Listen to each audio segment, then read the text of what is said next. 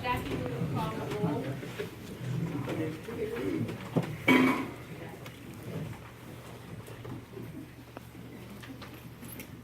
Mayor Holston. Here. Counselor Hadley. Here. Counselor Whitney. Here. Counselor Corkum. Here. Counselor Barrington. Here. Counselor Hollick. Here. Thank you. This meeting has been called to order as a special session per the request of 3 counselors. The purpose of this meeting is to discuss the current situation in the fire department as it regards to the safety and the citizens of Oakridge. I know that you didn't get to sign in. There will be an opportunity for public comment. Ask that you just be patient because I'm going to ask you to raise your hands and go through it. And you will be asked, of course, to limit to 3 minutes as normal. So, and that will be just a little bit later on. So let me say a few remarks before we get started. This meeting is an important opportunity for the council as a group to hear about the matter that is occurring in our fire department. The community members are concerned about as well as council. While we all bring information to the table, I would ask that we each set aside what we think we know to critically listen to the presentations and to each other as we consider this important matter. I also want to be clear to the community that I have the utmost respect for the members of the volunteer fire department and the hours they provide and their willingness to provide important services to their neighbors. I want to specifically address the volunteers who have been dismissed. My respect for you is not diminished in any way because of not meeting the required number of trainings or drills, and it's absolutely not a reflection of your competency or your skills, but only a reflection on whether you met the guidelines of this particular department.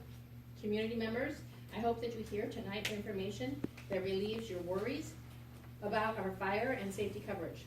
And last of all, members of the fire department in general, I hope that after this meeting you will understand that your council is behind you and wants the best for our community and respects what you do.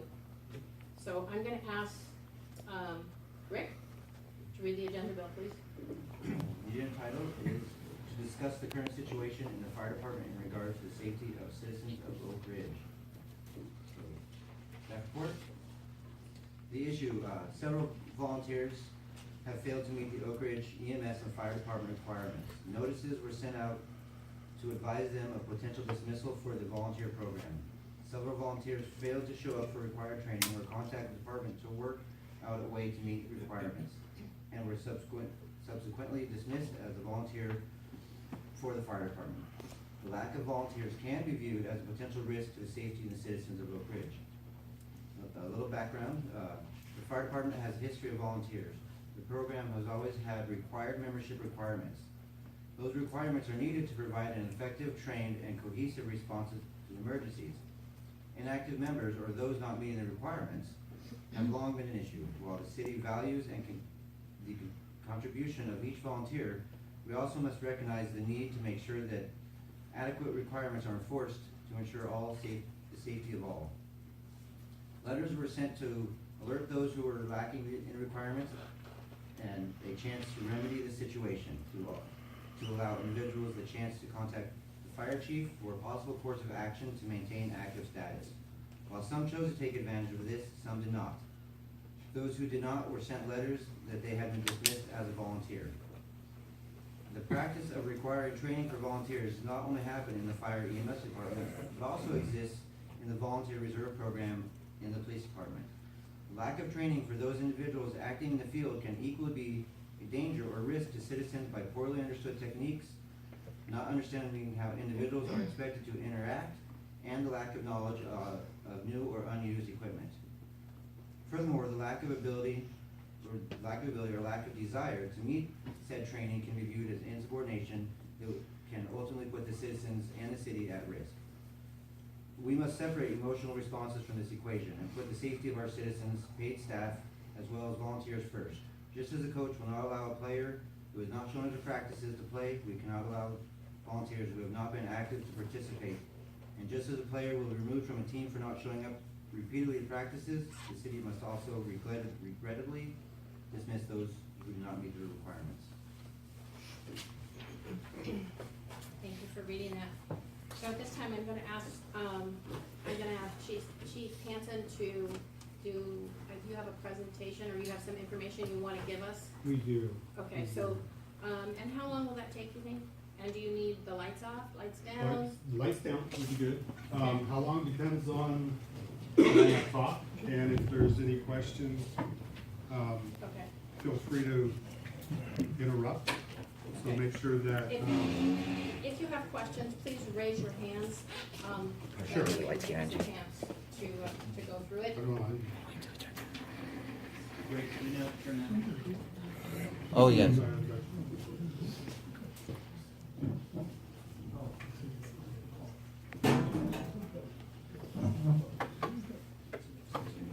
I guess we can't leave. That's still leave enough? Still see leave enough? No, Rich. Other way. Yeah, put these right over. Okay. Which ones We did can you do? reverse that so we can see. the- Those ones are, I believe, over there. Oh. Is that better? Okay, thank you for everybody for, showing up. I know that this is important to the community, and, I think communication is important, and sometimes, as a fire chief, I may not communicate as well as I should, and sometimes as a community, you don't communicate to the fire department as well as we should. But hopefully, after tonight, we'll have at least an understanding of where we're at and how we got where we're at, and from there, we can always build from that. You have a SWAT that needs to be sent out, so go ahead to the next one. We're here to talk about the fire department in regards to the safety of the citizens of Oakridge, and that's always our important part for the organization, as well as the safety of the members. If the members aren't safe, we can't help them do the situation what we're doing. It's a wide or a complex question as far as the safety of the city of Oakridge as far as it relates to the organization. And we're gonna break it down into 3 different areas. We're gonna talk about the volunteer requirement, which we've already kind of discussed it a little bit, and that's on everybody's forefront or on their mind. And we're gonna look at the last 6 months as it relates to alarm activity and volunteer response data to help all of us get on the same foundation as far as where we're at and why these things are requirements. So going back a little bit, just to bring us forward to where we got, go ahead to the next one, is we put together a SWOT analysis in 2015. And what that is, for some of you that may not be familiar, is the group comes together, and in this case, it was the volunteers and paid staff. And we talked about the strengths, the weaknesses, the opportunities, and the challenges of the organization. We did this in 2015. I pulled some of those out that relate to what we're talking about today, and so we'll cover those real briefly. The strengths that were identified by this group are the opportunities that are offered to members, which were membership and training, and the ability to increase our training levels. The weaknesses that were identified by the group was accountability, liabilities, which is the inadequate training and the lack of dedication, the additional training availability, and not having a standalone training officer. The training officer at the time was also on shift, which made some issues, and poor drill attendance. Under opportunities during this group, Paul? What about leadership? Why isn't it on there for weaknesses? It was addressed in the SWOT analysis. There was actually quite a few things that were addressed, but we're talking about training and response tonight, and that's why that was all that I brought up. We have the whole list of items that were listed on there as well, which you're more than willing to have copies of that if you'd like that. 10 out of the 12 fire department personnel that I talked to, I interviewed for a report, all indicated that the problem with the fire department is the leadership of the interim chief. Okay, That's it. well, let's address what we're being presented with here now. So, opportunities back in 2015 were none that were identified for what we're talking about tonight. We're staying focused, if we could, on the training and the response. Some of the challenges that were brought up from the volunteers were training, proficiency, and participation. Accountability was training, and then follow through, or the lack thereof. So from that, I presented a hybrid membership requirement, and this is actually something that was developed in another organization that I worked at. When you're dealing with volunteers, or actually anybody for that matter, is you've got some that, and what we heard in the SWOT analysis is that people were showing up on scene that they haven't seen for months, and so they weren't trained. And then we had some individuals that all they would do is go to training, but never show up on the scene. So what we want as a community and individuals is we want well-trained individuals responding to help us when we're in need. So from that, I presented this, and I know it's hard to read, so I broke it down. And the requirements were broken down into just the two things I just talked about: alarm response and training. So the first two slides are dealing with alarm responses. I'm sorry. Okay. So back in 2015, we presented this matrix here, and we'll talk about the column on the left first. Is the membership, you had to make 40 alarms, or sometimes you see the word calls up there, same thing, in a quarter or in 3 months. And then it worked its way down. Well, one of the things about all of us is we have other things pulling on us for our time and those kinds of things. And as an organization, you try to be flexible enough to where you meet the needs of the organization and the level of service that you're providing, but at the same time, we need to talk about each of us as individuals and all the other things that pull at us, so we can have a balance, which comes into crew shifts. And basically, crew shifts are a way that a member can let the on-duty crew know, because one of the things that we've heard about during the SWOT analysis is the stress back in 2015 of, we had one paid person that would come on, and he wouldn't know if he had somebody there to respond with them. And if you're providing an ALS ambulance and you're coming in and you're not sure if you even got a crew, that adds additional stress. So that was one of the things that we looked at.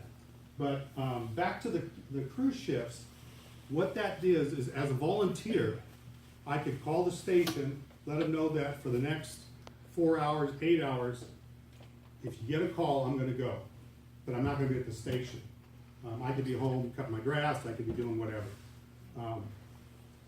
That value, or your time has value to that. And so what we've done is tied value to the commitment that you made by letting the crew know that I'll be out doing things, but if you get a call, I'm gonna respond.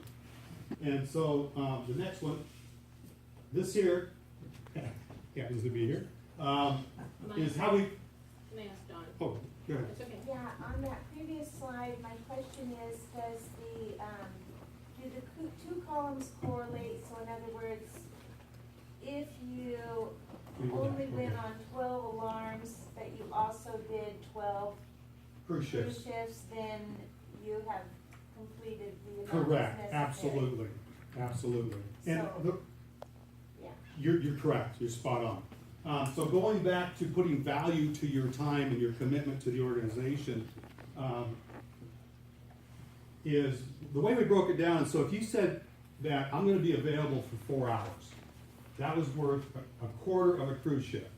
And then it broke itself way down, and at the end of the quarter, you would have X amount of crew shifts. So if we go back to Dawn's question, if I had 12 crew shifts, then I don't have to have any responses. And the idea with that is if you committed to the organization and said that I'm gonna be there for 12 crew shifts, the odds are you're gonna run on calls. So that was the intent of that. Don? So then also, would signing up for a shift be considered Crew shifts, yes. crew shift? Okay. Well, it depends on what you mean by stipend, because we have stipend shifts also, which is a little different. If you go to the next one. So a stipend shift, so you got a crew shift where I say I'm gonna be available for the next 24 hours. I'm gonna be at home doing whatever I'm doing, but if you get a call, I'm gonna respond. That's worth, I said 24 hours, that's worth two shifts on what we looked there. On a stipend shift, that's a little different, and that's where, you sign up, and you're actually either the driver or, usually they're the driver, and, we, depending on the week, we have one slot available for a crew shift, or, excuse me, for a stipend shift, or on the weekends, we'll have two, and on Friday, we'll have two. So those, there's a difference. And on the stipend, the volunteer gets reimbursed $100 per stipend shift. And a stipend shift means that you are at the station, not that Well, you're just that's, available. I mean, again, we're volunteers, so the intent is that you'll be at the station roughly from 8 to 4, Okay, or whenever there's calls. But that doesn't mean that, and we've had volunteers do that they've got things going on. They come in, they check out their equipment, make sure things are going, and they gotta go home and do something and stuff like that. So you gotta be flexible with that, and we have been doing that before.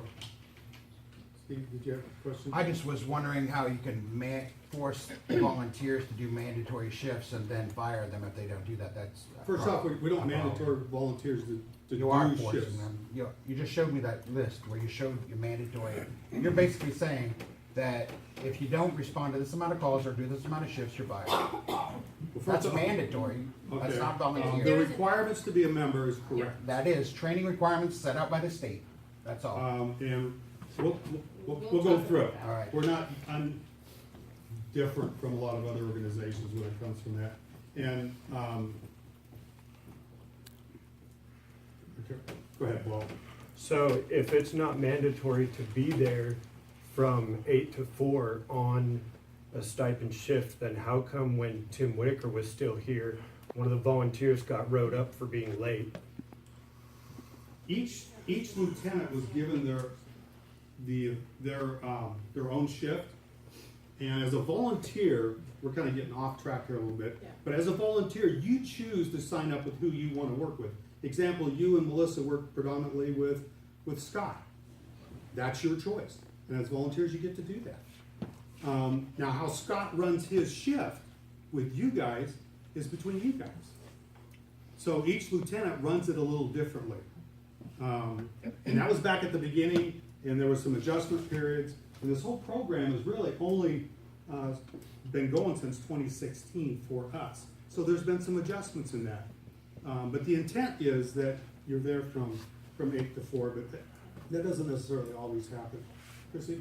So you just told me that the shift lieutenants are not consistent. One of them can require one thing and another lieutenant can require something totally different. Yes, I did say that, because each lieutenant runs their shift. There's parameters, you know this, being in the fire service, as long as you have that. You can have all the requirements in the world that you want, and each officer is going to interpret it the way that they want to interpret it. You get some officers that they like to train a lot. And so when you're working on their shift, you know that they're going to be training a lot. And then you've got some that like to do building maintenance or something like that. And so, go ahead and keep going on, you need to, it's Well, yours. okay. It's okay, and you're doing great, so hold on to your questions, guys. Okay, so that gives you kind of a brief synopsis of crew shifts and how there's value to your time. And this is what I presented in 2015. So after talking about it with the group, for that training, I'm getting ahead of myself. So we also talked about, the training is very important, you need to be ready. 7 drills in a quarter. If everything goes as planned, which back at this time it wasn't going as planned, but the idea is that you would have 12 opportunities or 12 drills in a quarter, and you had to meet 7 of them with the idea that approximately 2 hours per drill. That didn't always happen. And, that was one of the weak points in our organization. Because of the way our system was set up, and our on-duty paramedic was the one doing the training, because we didn't have a designated training officer, there was times when people would show up, the person's gone on a medical aid or on a call, and there was no drill. Okay, there's a question here. Go ahead. So can you tell me that you have been to EMS drill with me and you know the quality of That's the not the drills? purpose of this meeting, whether or not he attends or not. Purpose is to explain to the Well, community how do these drills you work. know Continue, Mike. the Please- quality? Please, what? Go ahead, continue. Okay, so, back to the training, was 7 drills, 2 hours per drill, 14 hours per quarter is what that worked out to be. So, after discussing it, this is what we came up with, and instead of going through all of this again, what I've done is highlighted in red the changes from the previous requirement, because we've adjusted this, I think 3 or 4 times. So from what I presented to what we implemented was instead of 40 calls per quarter, we went to 30.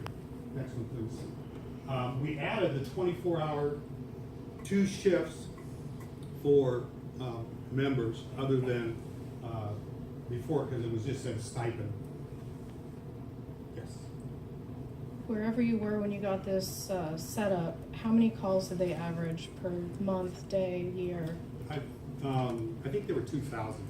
So double. Which was what one of we the did. reasons we adjusted, is the opportunity for our members versus what was up there. So, going on to the next one.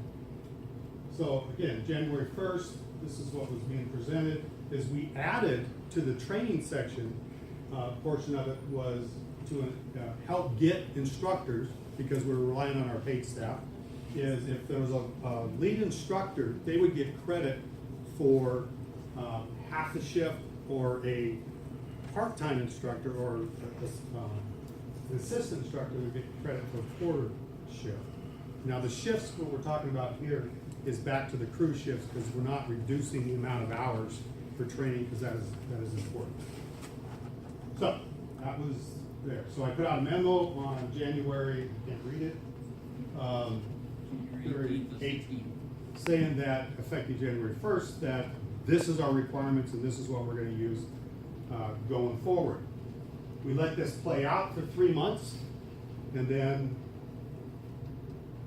we made a change. Go ahead and go to the next one. So on April 1st, after letting that play for 3 months, we made some changes. I'll get to you in just a second. So what we did is we increased the value of crew shifts in your time. Next one, please. We also, instead of just having Monday night drills as part of those 7, is we opened it up to allowing for business meetings. We thought that was important. And these other different types of training, so that you were able to get your 7 drills without just doing Monday. So from there, we had 6 months into play. We had a committee that was the volunteer president, which happened to be Chrissy. We had a recruit retention officer, which was Cody, and we had at the time, the training officer, Captain Howell. They put together a report, which was actually a very good report. We actually had more people than just that. Oh, okay, all I'm doing is looking at this. Okay. So from that, this is their report, and I highlighted some stuff that was very important to the change and the direction we were headed, and they were spot on for this. And Mike, can we let Chrissy say a question? oh, I'm sorry. Yep. Go ahead. So I just have like a 2-part question.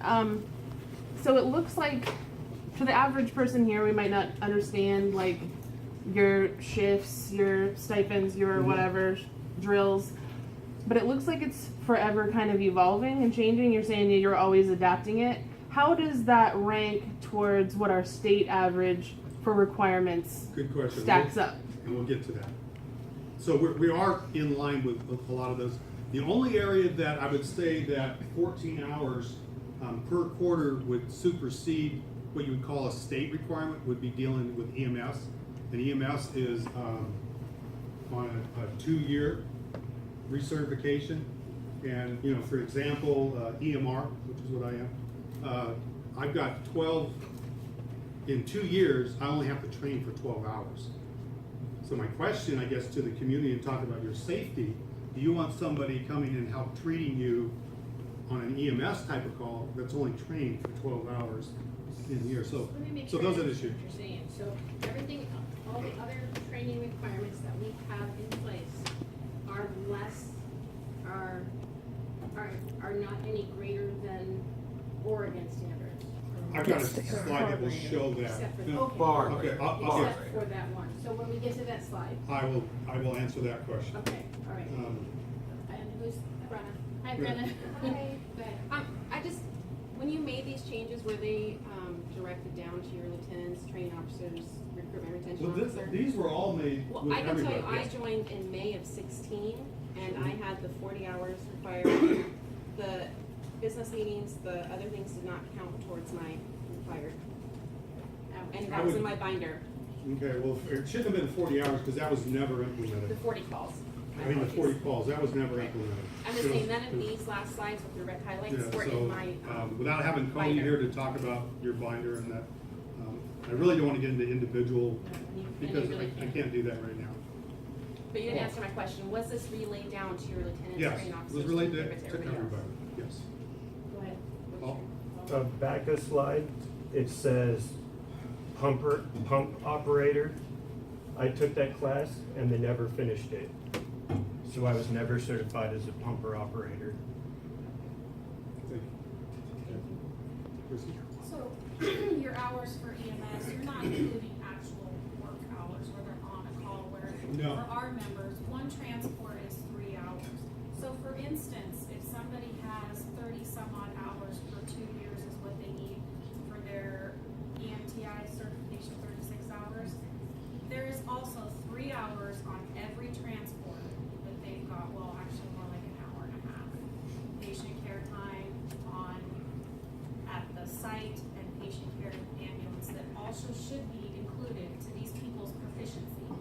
At this point, the requirements that we have, on calls for our training is not counted. Because when you're dealing with the state, they do allow for, there's a slide that talks about requirements for a state firefighter.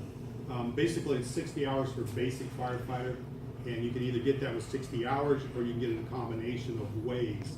And what Chrissy's talking about, that could be a way to do that. Again, it comes back to organization and training for our personnel, how we train, and working together as, let's go ahead and go back to when we were, so we can keep moving. So on the job experience doesn't count? Did you do that? Go ahead. As you know, the Department and Volunteer Association has adopted their membership attendance policy that was proposed in early January 2016. The policy you proposed has addressed many of our concerns, and we feel strongly to support it the best we can.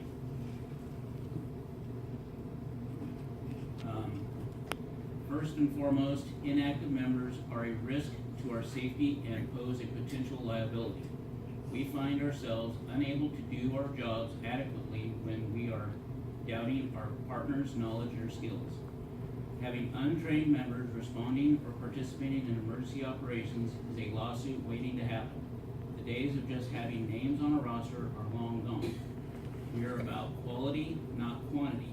We need to depend upon every one of our members to have the same minimum training and participation that has been set forth. This is not an area we believe that we can waver on.